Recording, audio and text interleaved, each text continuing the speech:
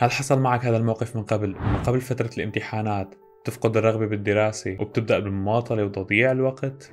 هل بدأت تجيك أفكار كتير سلبية عن الامتحان وإنه عندك كمية هائلة من الدراسة وما فيك عم تلحق أي شيء حتى لو عندك فترة كتير منيحة لحتى تحضر حالك للامتحان؟ إذا صار معك هذا الشيء من قبل فأنت عم تمر بحالة الشلل الدراسي. في هذا الفيديو رح أحكي لك شو هو الشلل الدراسي، كيف ممكن تتعامل معه، كيف ممكن حرفيا تقوم بإنقاذ نفسك وتطلع من هاي الحالة بأسرع وقت ممكن.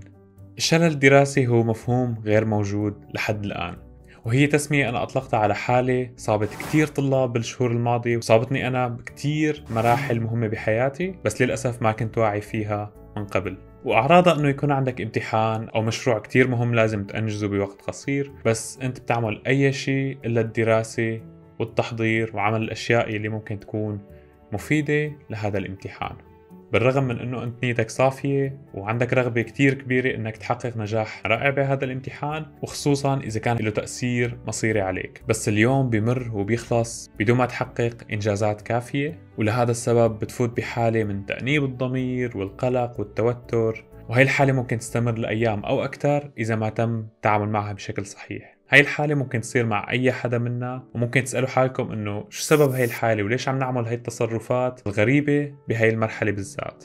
في كتير أسباب لهاي الحالة، بس أهم 3 أسباب لاحظتهم هن عدم تنظيم اليوم، بإنكم ما تخططوا يومكم بشكل كويس وشو الأشياء اللي حابين تنجزوها فيه. السبب الثاني هو المماطلة أو تشتت، بإنكم تأجلوا المهمات يلي لازم تعملوها أو تستخدموا كتير السوشيال ميديا أو تعملوا أشياء تانية غير مهمة لهدفكم الأساسي. السبب الثالث هو إنكم تحطوا أهداف ضخمة وصعبة التحقيق. ولهدول 3 أسباب أنا جهزت لكم 7 خطوات ممكن تتغلبوا فيهم على حالة الشلل الدراسي وتطلعوا منها بكل بساطة وترجعوا لحالة الاستقرار مع الإنجاز. النصيحة الأخيرة من هدول النصائح ال7 أعطيتها لكتير طلاب، نقلتهم من حالة عدم الدراسة والرسوب بالامتحان لحالة إنهم قدموا الامتحان وجابوا فيه علامة كاملة، وهذا الشيء اللي ما كانوا متوقعين يحققوه أبدا. لهيك خليكم معنا للنصيحة الأخيرة. النصيحة رقم 1، إنك تتكلم مع نفسك بهدوء وتبدأ تهدئ من حالك. طبيعي لما بتكون بهاي الحالة من المماطلة وتضييع الوقت إنك تكون كمان بحالة توتر وتأنيب ضمير وكل هدول الأشياء. يلي بدي أحكي لك يا إنه هدئ من حالك واحكي إنه اللي عم بيصير معي طبيعي، بس أنا هلا لازم ركز منيح وارجع على الطريق الصحيح يلي راح حقق فيه النجاح اللي بتمناه. في جملتين كتير حلوين إذا بتحكيهم مع نفسك رح يساعدوك إنك تطمئن من جوا وما تتوقع من حالك أشياء غير معقولة. الجملة الأولى اللي ممكن تحكي لنفسك: بالرغم من إنه عندي كتير أشياء لحتى أنجزها، بس أنا عندي القدرة إني ركز على شغلة واحدة فقط، واللي هي أنا عم ركز عليها بالوقت الحالي. إذا بعمل هذا الشيء أنا رح يجيني شعور كتير حلو بالسعادة والاطمئنان.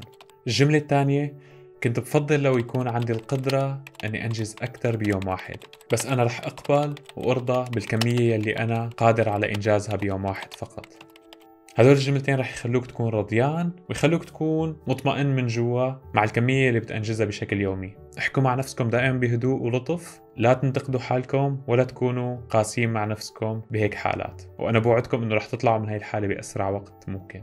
النقطة رقم 2: اقطعوا المشتتات بشكل صارم مهما كانت هاي المشتتات صغيرة. المشتتات أو السوشيال ميديا أو حتى الموبايل تبعكم هو عبارة عن المرض الخبيث للإنجاز اليومي. في كتير أشخاص حكولي عن طريقتهم الرائعة أنه بيمسكوا الموبايل بيحطوه بمكان تحت التخت أو بمكان كتير عالي فوق البراد مثلا عندكم بالمطبخ، لدرجة إنه ما فيهم يوصلوا له بطريقة سهلة. بينسوا الموبايل تبعهم وبيركزوا بس على المحتوى اللي بدهم يدرسوه. لما أنا بكون عم بدرس ومركز بموضوع معين بكون بحالة كتير رائعة من التركيز، وبيكون دماغي عم يستوعب معلومات بشكل كتير قوي. لما بتوصلني رسالة معينة مجرد هاي الرنة الصغيرة بتسبب نقص هائل وضعف كبير بالتركيز تبعي، وتسبب تشتت من الناحية النفسية ممكن كتير تضر بالدراسة تبعكم وبجودة التركيز. وفي كتير دراسات حكت عن هذا الموضوع وأكدت أهمية إنكم تتخلصوا من أي شيء مشتت مهما كان صغير بوقت الدراسة.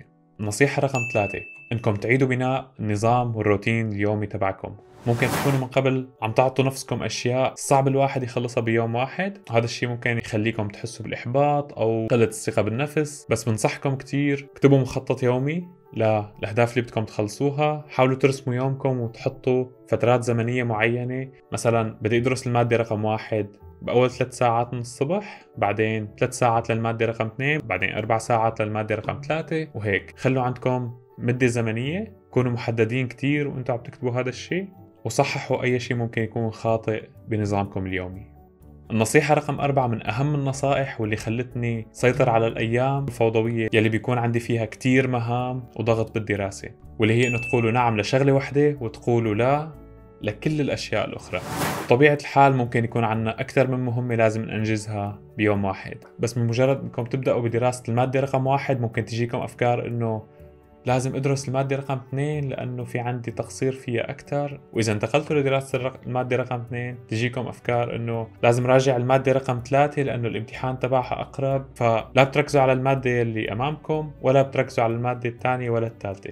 هاي الحالة كتير ممكن تصير معنا، وبتمنى إنكم تركزوا عليها منيح وتقولوا إيه لشغلة واحدة وترفضوا كل الأشياء الثانية مهما كانت مهمة.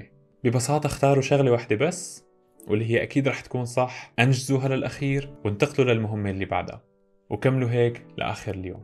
النقطة رقم 5 أنه توقفوا الصوت الداخلي يلي ممكن يشتتكم.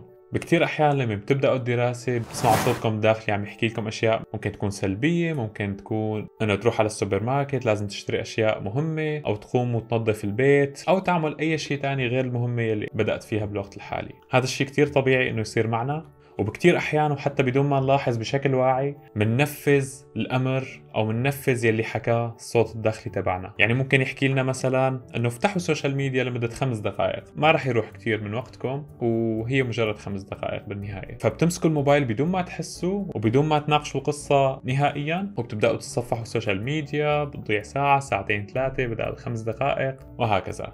طبعا الصوت الداخلي ممكن يحكي لكم أي شيء وعنده كتير حجج مقنعة ممكن تلهيكم عن الدراسة، لهيك راقبوا هذا الصوت الداخلي، احكوا معه بشكل واعي إنه أنا لازم ركز على هذا الموضوع هلأ، بآخر اليوم بس حقق إنجاز عظيم ممكن أفكر ساعتها إنه أفتح سوشيال ميديا أو أعمل أي شيء مسلي احتفالا بالشيء اللي خلصته.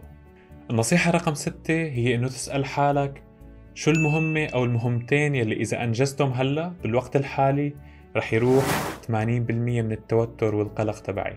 هذا السؤال كتير قوي، وأنا متأكد أنكم رح تلاقوا إجابة لهذا السؤال بكل سهولة. فكروا بشغلتين إذا أنجزتوهم بالوقت الحالي رح يروح 80% من توتركم.